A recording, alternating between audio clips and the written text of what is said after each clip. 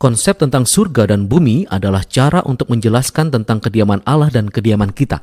Saya mengerti betul seperti apa kediaman kita ini. Kita tinggal di sini, ada pepohonan, sungai-sungai, dan pegunungan. Tapi pemahaman saya tentang kediaman Allah itu agak sedikit kabur. Dan yang kita dapatkan dari Alkitab adalah berupa gambaran yang sebenarnya mencoba membantu kita memahami kediaman Allah yang pada dasarnya sulit untuk kita pahami. Jadi ini adalah dua jenis tempat yang sangat berbeda. Iya, sifat alami kedua tempat ini berbeda. Tapi hal yang sangat menarik adalah di dalam Alkitab mereka tidak selalu merupakan dua tempat terpisah. Tapi coba pikirkan surga dan bumi sebagai dimensi yang berbeda yang dapat tumpang tindih di tempat yang bersamaan. Nah, kita banyak sekali berbicara tentang pergi ke surga setelah kita meninggal. Tapi konsep tentang surga dan bumi yang saling tumpang tindih ini jarang dibicarakan. Yang sebenarnya agak aneh karena kesatuan surga dan bumi adalah inti cerita dalam Alkitab. Bagaimana pada mulanya mereka pernah sepenuhnya bersatu, lalu terpisah, dan bagaimana Allah sedang menyatukan mereka kembali sekali lagi. Nah, mari kita kembali ke awal di mana surga dan bumi tumpang tindih seutuhnya. Ya, ini adalah penjelasan Alkitab tentang Taman Eden. Itu adalah tempat di mana Allah dan umat manusia diam bersama dengan sempurna, tanpa pemisah, dan manusia kemudian bermitra dengan Allah dalam membangun bumi yang indah dan sebagainya. Tapi sebagai manusia, kita ingin melakukan banyak hal dengan cara yang berbeda. Kita ingin Allah keluar dan menciptakan sebuah dunia yang terpisah darinya. Ya, jadi kita punya dua tempat sekarang. Dan Alkitab sebenarnya menggunakan berbagai kata dan frase untuk menyebut kedua tempat ini dan untuk membuat perbedaan yang jelas. Oke, tadi Anda berkata bahwa kedua tempat ini bisa tumpang tindih. Nah, coba tolong jelaskan bagaimana hal itu bisa terjadi. Disinilah kita harus mulai bicara tentang bait suci. Karena dalam Alkitab, kita mengalami hadirat Allah dengan pergi ke bait suci. Disitulah di mana surga dan bumi tumpang tindih. Nah, ada dua jenis bait suci yang dijelaskan dalam Alkitab. Pertama adalah tabernakel, yang pada dasarnya merupakan sebuah tenda yang didirikan oleh Musa. Kedua adalah sebuah gedung yang megah yang dibangun oleh Salomo. Dan bait suci ini dihiasi dengan hiasan berbentuk pohon buah-buahan dan bunga-bunga, patung malaikat, berbagai jenis emas, perhiasan, dan sebagainya.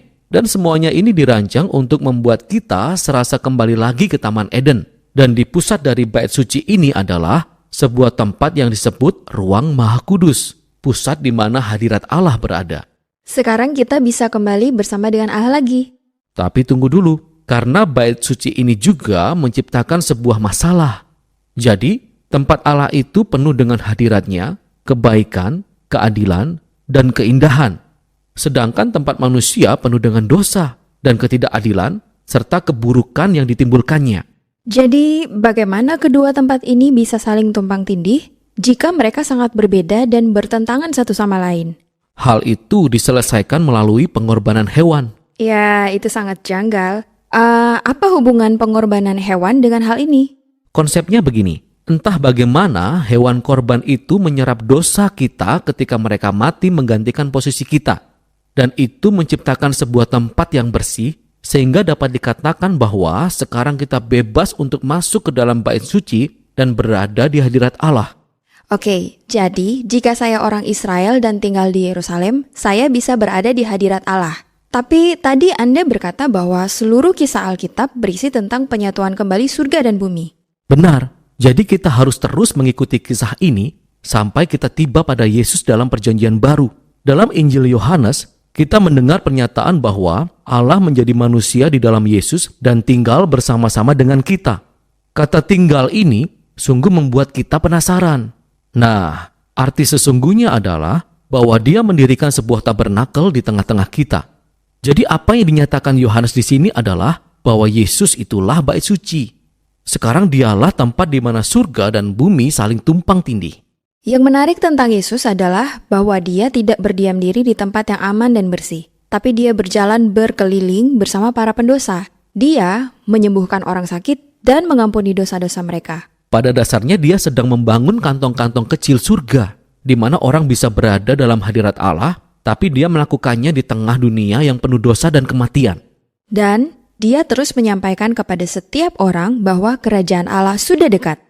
Dia bahkan berkata kepada para pengikutnya untuk tetap berdoa agar kerajaan Allah datang dan kehendaknya terjadi di bumi seperti di surga.